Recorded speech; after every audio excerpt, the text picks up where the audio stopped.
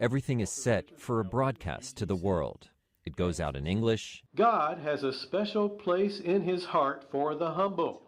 in Chinese, 坐落在法兰克林镇的大街上。 and in Russian. И вы сможете узнать много нового о вере. This is the Christian radio station KNLS. Broadcasting from the top of the world, Anchor Point, Alaska. With the rise of the internet, some news broadcasters, including the Voice of America, are moving away from shortwave radio. But there are religious broadcasters in America that still believe in the medium. Charles Caudill is president of World Christian Broadcasting, which runs KNLS. Our view is that there is a great future for shortwave. He says its long-range signal is ideal for reaching rural areas in the developing world. Very few people there have the internet available to them, or satellites, satellite receivers. But they do have shortwave receivers. There are about 3 billion shortwave receivers in the world. World Christian Broadcasting was founded 3 decades ago by former Army Lieutenant Maurice Hall. He helped set up a shortwave facility for President Franklin D. Roosevelt's Yalta Summit with Churchill and Stalin. And Ian Taylor has Creation Moment. It's now one of the biggest Christian shortwave broadcasters in America. From its studio outside Nashville, Tennessee, it mixes cultural programming with the Christian gospel.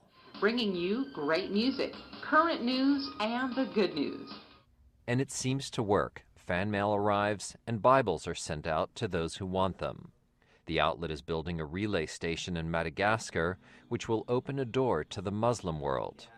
Egyptian-born Tony Tadros of the New Arabic Service and his colleagues at World Christian Broadcasting say they respect Islam, but they argue that Arabs are now ready to embrace religious tolerance. Most people in the Middle East, they have misconceptions about Christianity. They think that the Bible is corrupt, and they have a lot of misconceptions that they just got through the years. Convincing them otherwise might not be easy. Many Muslim countries ban Christian proselytizing, and some converts have been arrested or face death threats. Abdullah Antepli is the Muslim chaplain at Duke University in Durham, North Carolina. He says authorities in those countries consider those leaving the faith a threat to Islam. Not only a threat, but also an attack, but also a violation, as they understand. This American imam condemns that view. He says it does not live up to Islam's own ideals.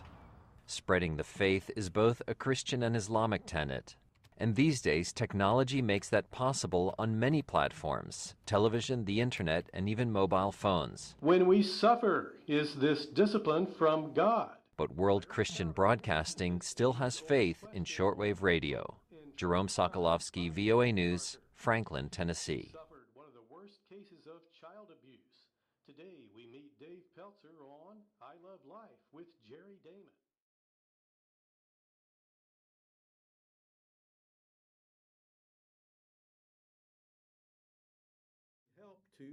Tadros and his colleagues at World Christian Broadcasting say they can best spread their faith by expanding their shortwave radio reach. Jerome Sokolovsky, VOA News, Franklin, Tennessee.